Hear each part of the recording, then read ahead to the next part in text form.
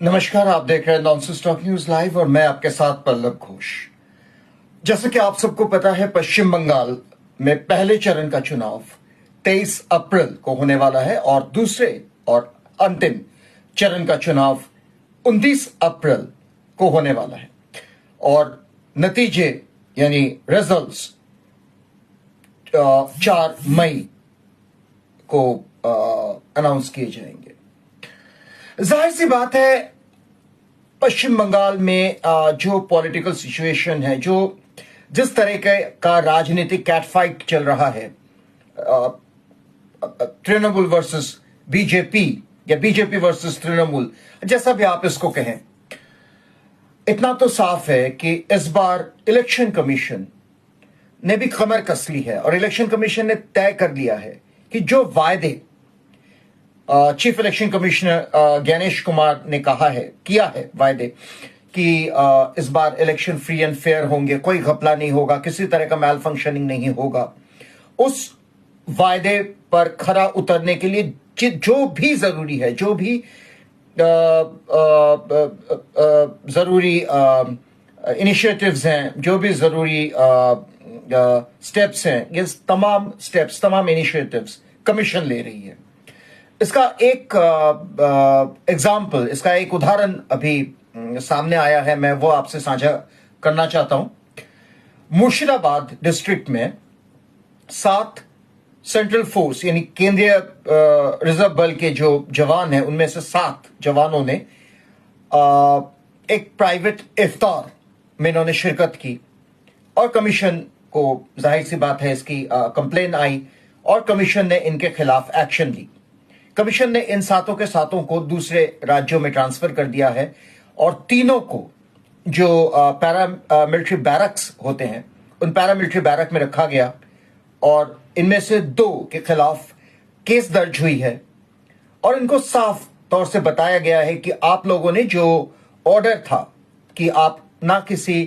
Private party में जाएंगे, ना किसी व्यक्ति के साथ दोस्ती करेंगे, भाईचारा बढ़ाएंगे, याराना बढ़ाएंगे, उसके बावजूद आपने ऐसा किया। जाहिर सी बात है, आपने ऑर्डर्स का जो था उसका उल्लंघन किया है और ये तमाम बातें प्रेस कॉन्फ्रेंस करके इन जवानों को बता दिया गया था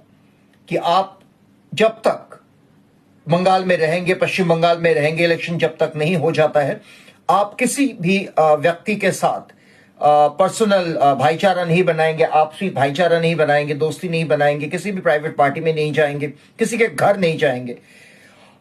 यानी सीधी सी बात है, आपको वहां पश्चिम बंगाल में हम एक मिशन के तहत भेज रहे हैं और वो मिशन है इलेक्शन का। आपका काम सिर्फ इतना है, ये देखना कि जो चुनाव होने वाले हैं 2 चरणों में और रिजल्ट जो निकलने वाले, ये जो इलेक्शन का जो पूरा जो रूटीन है या जो इलेक्शन है, इसका जो पूरा जो टाइम टेबल है, वो ठीक से निकल जाए, इलेक्शन ठीक ठाक हो जाए, इलेक्शन में कोई दिक्कत ना हो, हरासमेंट ना हो लोगों को, और साथ ही किसी तरह का घपला, किसी तरह का रिगिंग, किसी तरह का मैल फंक्शनिंग ना हो। यानी कोई भी पॉलिटिकल पार्टी हो, वो आप लोगों को एक्सप्लॉइट ना कर सके, वो इलेक्शन का जो सिस्टम है, जो मशीनरी है, उसका गलत उपयोग ना कर सके, इसलिए आपको वहां भेजा जा रहा है। और साहब, ये हकीकत है कि जब भी सेंट्रल फोर्स किसी एरिया में फ्लैग मार्च करती है या किसी भी जगह पे इन लोगों को तैनात की जाती है, इनकी तैनाती होती है, तो ये लोग किसी के साथ बात नहीं करते हैं, ये लोग किसी के साथ आपसी भाईचारा, मेल जोल नहीं बढ़ाते हैं। हम लोग बहुत टाइम ये कहते हैं कि यार ये लोग तो बात भी नहीं करते, ये लोग तो हाय हेलो तक नहीं करते हैं। बहुत लोग इनको विश करते हैं, इनको इनसे नॉर्मल आपसी भाईचारा बढ़ाने की कोशिश करते हैं, लेकिन इनका जो फेस होता है, माफ कीजिएगा, लेकिन बिल्कुल स्टोन फेस्ड होते हैं ये लोग। बिल्कुल मतलब ऐसा जैसे मानो कि ये आपको देख भी नहीं रहे। अब इसका एक वजह ये होता है कि ये लोग दूसरे राज्यों से आते हैं, यानी जो साउथ का जवान है उसको बंगाल भेज दिया जाता है, जो बंगाल का जवान है उसको पंजाब भेज दिया जाता है, जम्मू कश्मीर भेज दिया, मतलब इस तरह से। तो जाहिर सी बात है, ऐसे में जो होता है कि ये लोग जो लोकल लोग हैं उनसे ये लोग आपसी मेलजोल नहीं बढ़ाते हैं। एक वजह यह है, जैसे ये मामला सामने आया कि कमीशन से एक तरह से हिदायत दी जाती है कि आप किसी के साथ मेलजोल नहीं बढ़ाएंगे, किसी के साथ आपसी भाईचारा नहीं बढ़ाएंगे, किसी के साथ दोस्ती नहीं करेंगे। आपका काम सिर्फ और सिर्फ यह देखना है कि इलेक्शन सुचारू रूप से निपट जाए, सुचारू रूप से इलेक्शन खत्म हो जाए, और सिर्फ इस वजह से आपकी तैनाती है। खैर, इस वाकया के बाद मुझे नहीं पता दूसरे जो जवान हैं वो ये ऑर्डर्स तोड़ने की हमाकत करेंगे या नहीं, लेकिन इतना तो साफ है कि कमीशन इस बार कमर कस चुकी है कि इलेक्शन को किसी भी हाल में बिना मैल फंक्शनिंग या बिना किसी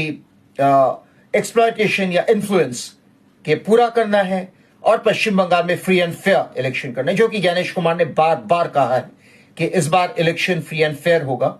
और हम लोग इसके लिए मुस्तैद हैं। कितनी मुस्तैदी है ये तो खैर इलेक्शन के दिन पता चलेगा, कितनी मुस्तैदी से इलेक्शन होता है ये इलेक्शन के दिन पता चलेगा। लेकिन अभी के लिए यह साफ है कि कमीशन कम से कम कोई भी चांस नहीं ले रही है। कमीशन के पास एक छोटा सा भी कंप्लेन आता है, छोटा सा भी कोई रिपोर्ट आता है, तो कमीशन उस पर कार्रवाई कर रही है। मैं पल्लव घोष, आप देख रहे हैं नॉनसेंस टॉक न्यूज लाइव। देखते रहिए बंगाल इलेक्शन पर और खबरों के लिए।